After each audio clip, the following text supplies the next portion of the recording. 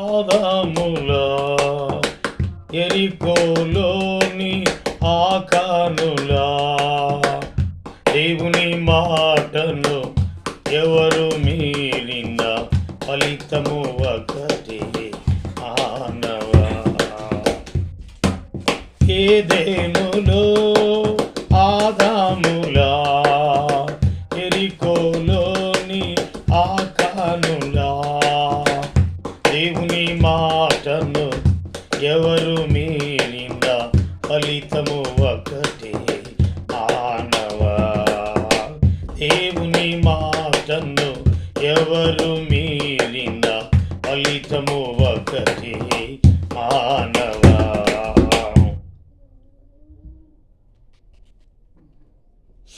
ఆదికాండం 2వ అధ్యాయము 16వ వచనం. మరియు దేవుడైన యెహోవా ఈ తోటలోనున్న ప్రతి వృక్ష ఫలములను నీవు నిర్భయంతరముగా తినవచ్చును. ప్రేమ నమ్మకము కలిగిన మా ప్రియుడవైన మా తండ్రి, నీకు వందనాలు చెల్లించుకుంటున్నాం. ఈ ఉదయకాలం దేవుని వాక్యం ఆదికాండం 2వ అధ్యాయము 16వ వచనములో ఉన్న మాటలు మృదువైన చల్లనైన మెల్లనైన స్వరముతో పరము నుండి మీరు పంపించుమని పరిమళ వాసనగా అనేకులకు ఈ మాటలు వారి దుర్గంధాన్ని దూరపరిచి వారి దూషణ మాటలు మాని యేసు ప్రభు వారి దయగల మాటలకు అంగీకరించి ఆధిక్యత పొందుకున్న కృప దయచేయమని యేసు ప్రభు నామములో ప్రార్థన చేస్తున్నాం తండ్రి. ఆమెన్. ఆదికాండం 2వ అధ్యాయము 16వ వచనం. మరియు దేవుడైన యెహోవా ఈ తోటలో ఉన్న ఆదికాండం 2వ అధ్యాయం 8వ వచనంలో దేవుడైన యెహోవా తూర్పున ఏదెనులో ఒక తోట వేసి, ఈ తోట అంటే దేవుడు వేసిన తోట, ఏదెనులో ఒక తోట. ఆదామును 15వ వచనం. మరియు దేవుడైన యెహోవా నరుని తీసుకొని ఏదెను తోటను సేద్యపరచుటకును దాని కాచుటకును దానిలో ఉంచెను. ఈ ప్రశస్తమైన సమయంలో ఈ తోటలోనున్న ప్రతి వృక్ష ఫలములను నీవు నిర్భయంతరముగా తినవచ్చును. మత్తయి సువార్త 4వ అధ్యాయము 4వ వచనం. అందుకు ఆయన మనుషుడు రొట్టె వలన మాత్రం కాదు గాని దేవుని నోట నుండి వచ్చు ప్రతి మాట వలనను జీవించును అని వ్రాయబడి ఉన్నదనెను. దేవుడైన యెహోవా ఈ తోటలో ఉన్న ప్రతి వృక్ష ఫలములను నీవు నిర్భయంతరంగా తినవచ్చు. మత్తయి సువార్త 4వ అధ్యాయము 4వ వచనం. మనుషుడు రొట్టె వలన మాత్రం కాదు కానీ దేవుని నోట నుండి వచ్చు ప్రతి మాట వలనను జీవించును అని వ్రాయబడి ఉన్నదనెను. ముందుగా ఆదాము దగ్గరకు శోధకుడు వస్తాడు, శోధిస్తాడు అని బోధకుడు చెప్తున్నాడు. 3వ అధ్యాయము మరి 1వ వచనములో బాధకుడు వాడే, శోధకుడు బాధపరిచిన వాడు, శోధకుడు వాడు. సర్పం యుక్తి గలదై ఉన్నందున అది ఆ స్త్రీతో, ఇది నిజమా, ఈ తోట చెట్లలో దేని ఫలములైనను మీరు తినకూడదని దేవుడు చెప్పెనా? ఏదెన్లో ఒక తోట, ఆ తోట యెహోవా నాటిన తోట, యెహోవా వేసిన తోట. దాన్ని కాచుటకును సేద్యపరచుటకును ఆదామును ఆ తోటలో ఉంచాడు, సేద్యం చేయటానికి, కాయడానికి. ఏదెన్లో ఒక తోట అంటే ఒక తోట, ఒక మాట. 3వ అధ్యాయము చల్లపూట.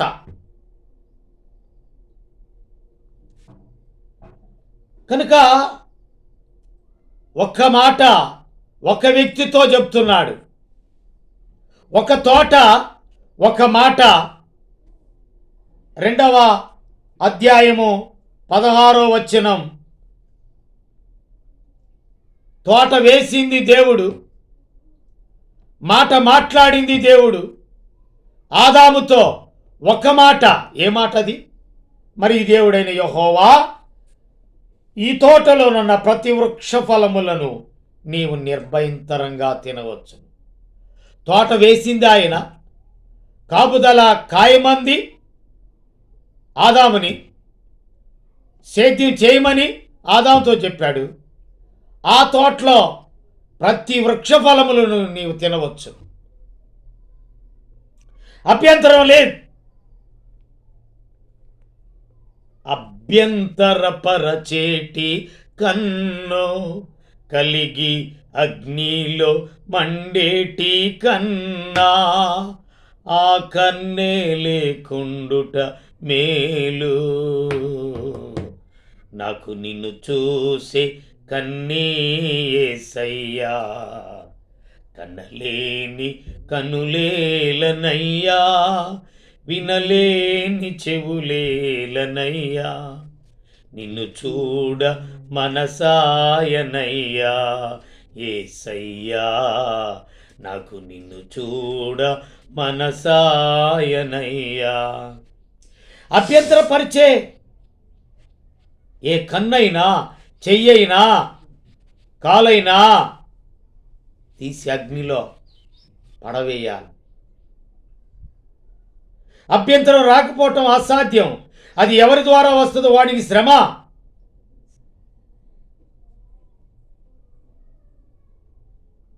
ఆదికాండం 3వ అధ్యాయంలో సర్పం యుక్తి గలదై భ్రమపరిచింది, లేదా శ్రమను కూడా తెచ్చిపెట్టింది, బాధపరిచింది.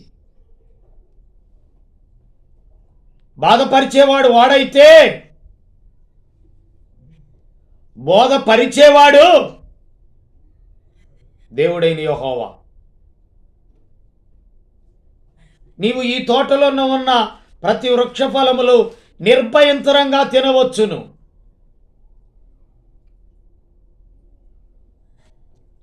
ఆ తోట కాకుండా తోట చెట్లు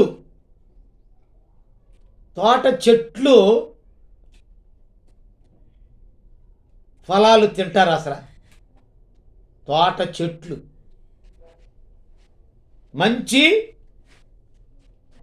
16వ వచనం, చెడు 17వ వచనం.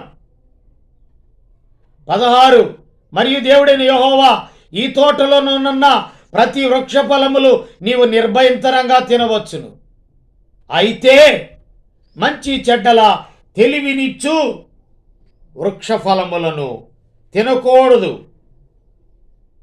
ఒకటి తినొచ్చన్నాడు, ఇంకొకటి తినకూడదన్నాడు. ఒకవేళ తింటే నిశ్చయముగా చస్తావు. కనుక ఈ సమయంలో తోట యెహోవా వేసెను. ఆ తోటను కాయుటకు ఆదామును సేద్యం చేయటానికి దానిని ఉంచాడు. ఈ తోటలోనున్న ప్రతి వృక్ష ఫలమును తినవచ్చు. అలాగైతే దేవుని నోట నుండి వచ్చు ప్రతి మాట వలనను జీవించును. అయితే 3వ అధ్యాయంలో శోధకుడు బాధపరిచాడు, బలహీనపరిచాడు, భంగపరిచాడు, శ్రమపరిచాడు. శోధకుడు వాడే ఆది ఘట సర్పము. విజయుండు క్రీస్తు ప్రభావముతో ఘన విజయుండాయేను. సాతానుని తలను ఇతుగా ద్రొక్కేను, సాదా రాజ్యమేలున్. సాతాను తలను చితక దొక్కాడు. ఎవరు? ప్రభు అయిన యేసుక్రీస్తు వారు. ఏదేనో తోట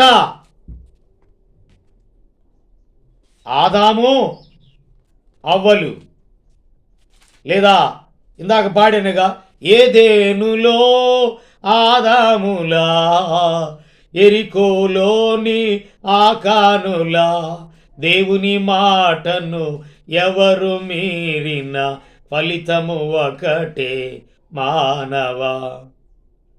ఏదేనులో ఆదాము, ఎరికోలోని ఆకాను చచ్చిపోయారు. అలాగైతే తినవద్దన్న ఫలములు తింటివి కనుక ఇది 17వ రోజు, 17వ వచనం, 3వ అధ్యాయం 17వ వచనం. డిసెంబర్ మాసం 12వ మాసం 17వ రోజు 17వ తారీఖు ఆయన ఆదాముతో, నీవు నీ భార్య మాట విని తినవద్దని నేను నీకు ఆజ్ఞాపించిన వృక్ష ఫలములు తింటివి గనక నీ నిమిత్తం నేల శపింపబడి ఉన్నది. ప్రయాసంతోనే నీవు బ్రతుకు దినముల నీవు దాని పంట తిందువు. అది ముళ్ళ తుప్పలను గచ్చపొదలను నీకు మొలిపించును, పొలములోని పంట తిందువు. 22వ వచనం. అప్పుడు దేవుడైన యెహోవా, ఇదిగో మంచి చెడ్డలను ఎరుగునట్లు ఆదాము మనలో ఒకని వంటి వాడాయను. కాబట్టి అతడు ఒకవేళ తన చెయ్యి చాచి జీవవృక్ష ఫలములను కూడా తీసుకొని తిని నిరంతరం జీవించునేమో అని దేవుడైన యెహోవా అతడు ఏ నేల నుండి తీయబడినో దాన్ని సేద్యపరచుటకు ఏదేను తోటలో నుండి అతన్ని పంపివేసెను. ఏ నేలలో నుండి తీశాడో అదే నేలను సేద్యపరచటానికి ఏదేను తోటల నుండి బయటికి పంపించేశాడు.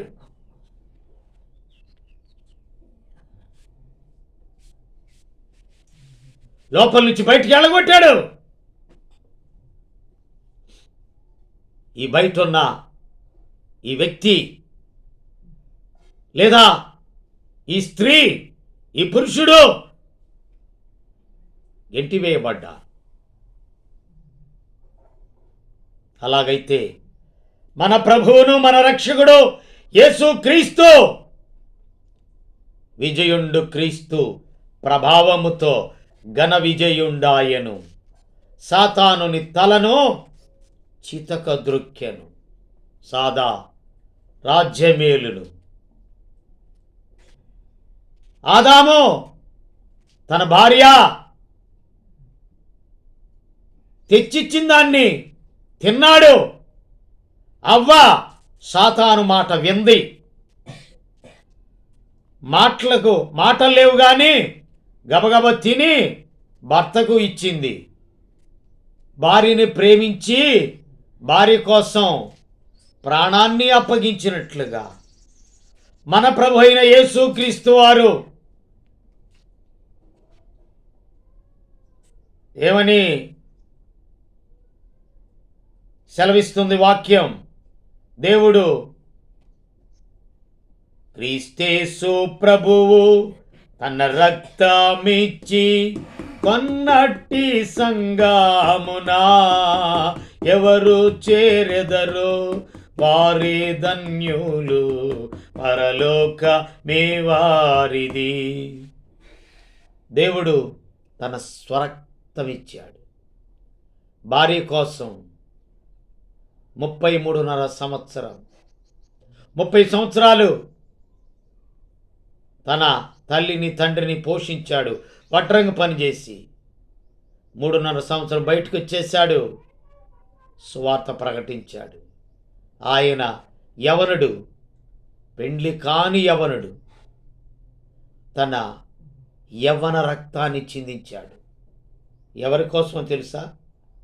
నీ కోసం, నా కోసం. భూమిని రక్తంతో తడిపాడు. శపించిన భూమిని రక్తంతో తడిపాడు కాబట్టే వరి పంట తింటున్నాం, సపోటా కాయలు తింటున్నాం, మామిడికాయలు తింటున్నాం, సీతాఫలాలు తింటున్నాం, దానిమ్మ పండ్లు లేదా బత్తాయిలు, కమలాకాయలు, అనేకమైనవి తినగలుగుతున్నాం. కారణం, వినగలిగితే ఆకాశమా ఆలకించుము, భూమి చెవియొగ్గుము. నేను పిల్లలను పెంచి పెద్దవారినిగా చేసి తిని వారు నా మీద తిరుగుబడి ఉన్నారు. సర్ప సంతానమా, చెరుపు చేయి పిల్లలారా, మీకు శ్రమ అని యెషయా భక్తుడు అంటున్నాడు. అంతేకాదు, యోహాను బాప్తిస్మిచ్చి యోహాను అంటున్నాడు, సర్ప సంతానమా, రాబో ఉగ్రతను తప్పించుకొనుటకు మీకు బుద్ధి చెప్పిన వాడెవడు? సర్ప సంతానము. ఈ సర్ప సంతానాన్ని యేసుక్రీస్తు రక్తమిచ్చి, దేవుడు తన స్వరక్తమిచ్చి సంపాదించుకున్నాడు. ఆయన రక్తమిచ్చి కొనుక్కున్నాడు.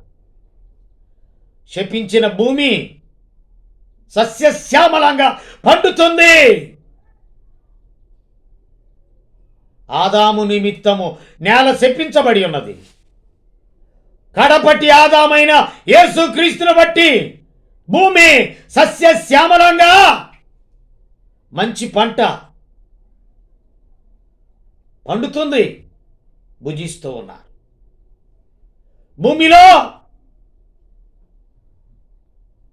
ఆయనకిష్టమైన, అందుకనే సర్వోన్నతమైన స్థలములలో దేవునికి మహిమ, భూమి మీద ఇష్టులైన వారికి సమాధానం. భూమి మాట వింది. భూమి మీద ఉన్న మనుష్యుడు, ఇష్టులైన మనుషులకు సమాధానం. ఎవరైతే దావీదు నా ఇష్టానుసారుడు, సమాధానం దొరికింది. ఇష్టం లేకుండా, దేవుడంటే ఇష్టం లేకుండా బుద్ధిహీనుడిగా మాట్లాడిన నన్ను, నష్టపోయిన నన్ను, ఇష్టం లేక దేవునికి దూరంగా ఉండి నేరస్తుడిగా ఉన్న నన్ను ఆయన ఇష్టమైన వనంలో, ఆయన తోటలో, ఆయన మాట ద్వారా నన్ను లోపలికి ఆహ్వానించాడు. అందుకనే ఎష్కోల్ తోట, ఈ తోట న్యూ ఎష్కోల్ ప్రేయర్ హౌస్,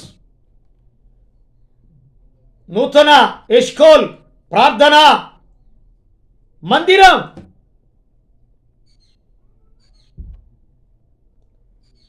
మనసార నీదరి చేరగా మాకెంతో సంతోష మాయేగా. హల్లెలూయా స్తుతి మధుర గీతాలతో మా హృది ప్రవగించే సెలయేరుగా. నీ మధుర ప్రేమను చాటాలని, నీ జీవ బాటలో నడవాలని మధుర ప్రేమను చాటాలని, బాటలో జీవపు బాటలో నడవాలని ఒక తోట, ఒక మాట, జీవపు ఓట, దేవుని మాట లేదా సరైన బాట, మాట, తోట, జీవపు ఓట, బాట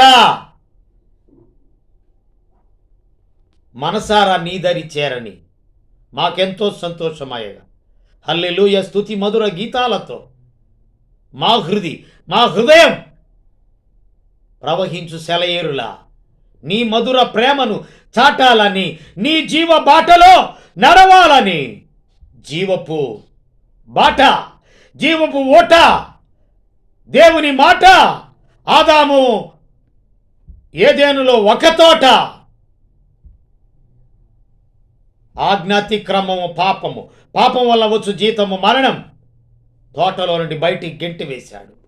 ఆ తోటను కాయుటకు తూర్పు దిక్కున కెరూబులను, జీవవృక్షమునకు పోవు మార్గమును కాచుటకు ఇటు అటు తిరుగుతున్న ఖడ్గ జ్వాలను నిలువబెట్టెను.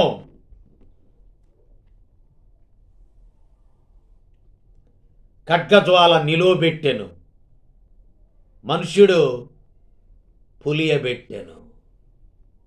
పులిసినదేది దేవుని సన్నిధికి రాకూడదు.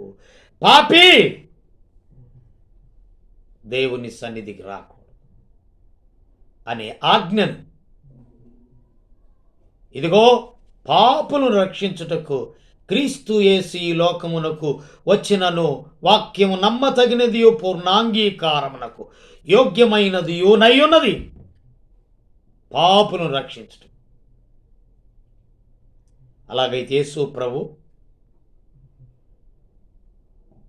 ఈ గుళ్ళోకి కాపులే రావాలి, పాపులు రాకూడదు.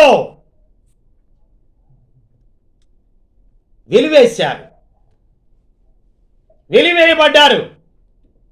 ఎందుకంటే వీళ్ళు మదమాంసం తినేవాళ్ళు, వీళ్ళు చండాలంగా ఉండేవాళ్ళు, దేవుని సన్నిధికి రాకూడదు.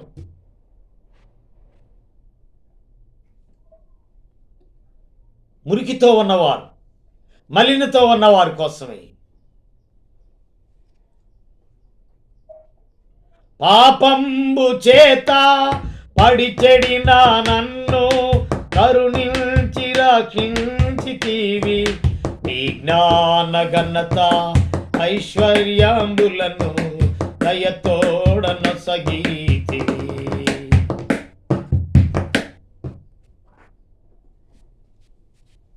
కనుక ఈ సమయంలో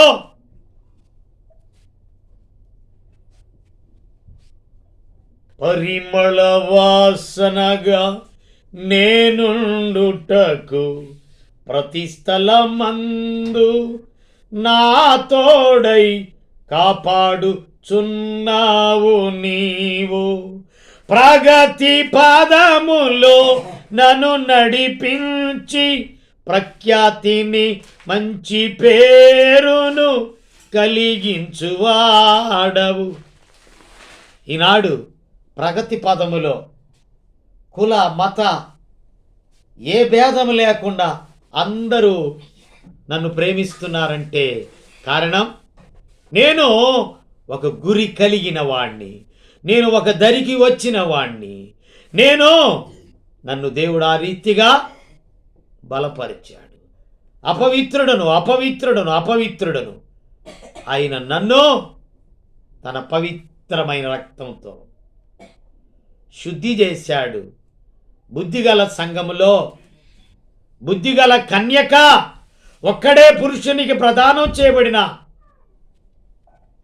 ఆ స్త్రీ కోసం, అనగా తన స్వరక్తం ఇచ్చిన ఆ తోట, ఆ సంఘం, దేవుడు తన స్వరక్తం ఇచ్చిన సంఘం కాయుటకు మిమ్మును దేని యందు అధ్యక్షులుగా ఉంచును, ఆ యావత్తు మందను గుర్చి మిమ్మును మీ మట్టుకు మీరు మిమ్మును గుర్చి జాగ్రత్త పడుడి.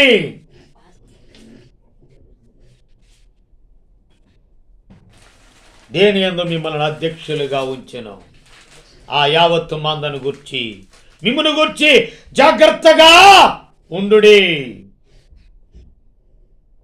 దేవుడిచ్చినటువంటి గొప్ప ధన్యత దేని యందు అధ్యక్షులుగా ఉంచాడు. ఆ యావత్తు మందను గూర్చి జాగ్రత్తగా ఉండుడి.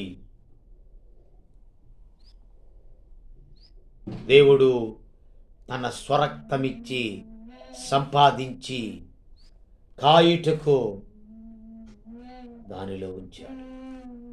నన్నుంచాడు. సేద్యం చేసుకుంటున్నాను, బ్రతుకుతున్నాను.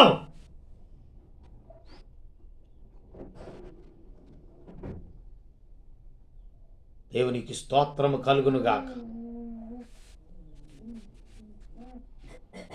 దేని యందు అధ్యక్షులుగా ఉంచెను. నిజంగా దేవుడు new Eshcol prayer house society form చేశాను. ప్రెసిడెంట్గా దేవుడు నన్ను నిలవబెట్టాడు.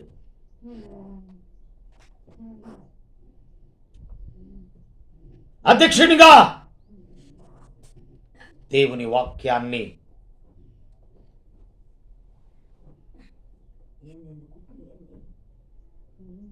దేవునికి స్తోత్రము కలుగునుగాక.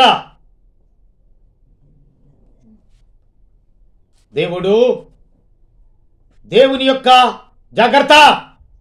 బయట ఒట్టి మాటలు మాట్లాడబాకడే.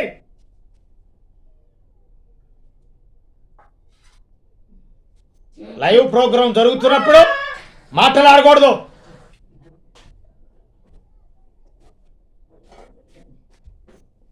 దేవుని వాక్యానికి అనుసరించి ఉండాలి.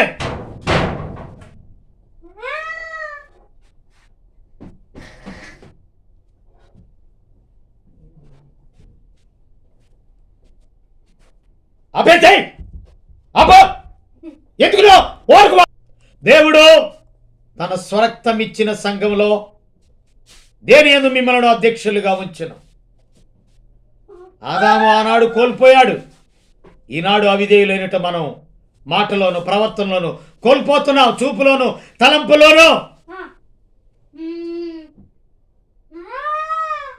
జీవితాన్ని ఈ తోటలో ఉన్న వృక్ష ఫలాలను తినాలి కానీ వేరే వేరే మాటలు మంచి తినాలా? ఎందుకో అసభ్యకరంగా చెడ్డ మాటలు, చెడ్డ వాటిని, చెడ్డ చూపులు, చెడ్డ దారిని నడిచి నాశనానికి జోగుతూ ఉంటున్నారు. ఆదాము అవిధేయుడయ్యాడు. 17వ వచనంలో మంచి చెడ్డల తెలివినిచ్చు, అయితే మంచి చెడ్డల తెలివినిచ్చు వృక్ష ఫలములు నీవు తినకూడదు. యెహెజ్కేలు గ్రంథం 28వ అధ్యాయం 15వ వచనం. అయితే నీవు నియమింపబడినా